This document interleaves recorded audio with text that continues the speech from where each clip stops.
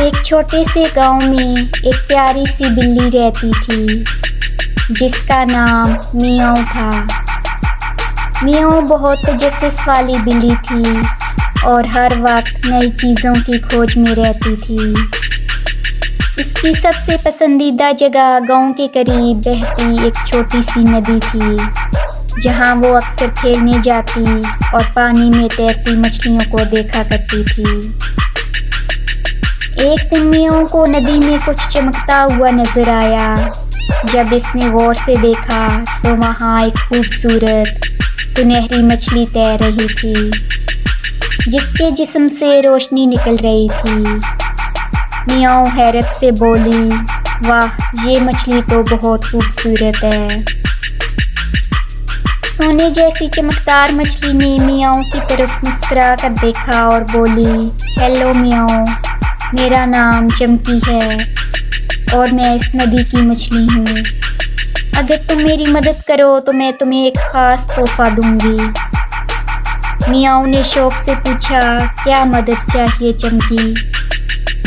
चमकी ने कहा, नदी के उस पार एक बड़ा पत्थर है जो मेरे घर का रास्ता रोक रहा है। अगर तुम उसे हटाने में मेरी मदद करो तो मैं तुम्हें एक जादुई तोहफा दूँगी। मियाँव ने फ़ौरन हामी भर ली और नदी के किनारे पहुंचकर ज़ोर-ज़ोर से पत्थर को हटाने की कोशिश करने लगी। बहुत मुश्किल के बाद उसने पत्थर को हटा दिया और चमकी खुशी से वापस अपने घर की तरफ रवाना हो गई। फिर चमकी ने मियाँव से कहा, अब मैं अपना वादा पूरा करती हूँ। ये लो, एक जादुई घंटी जो तुम्हारे गले में बांध दी जाएगी।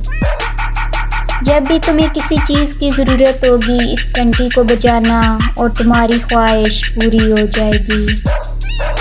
मियाँव खुशी से घंटी को गले में बांधकर घर वापस आ गई। अब जब भी मियाँव को कुछ चाहिए होता वो अपनी जादुई घंटी को बजाती और इसकी ख्वाहिश पूरी हो जाती। कभी दूध, कभी खिलौने और कभी मज़ेदार खाने, सब कुछ इसे मिल जाता।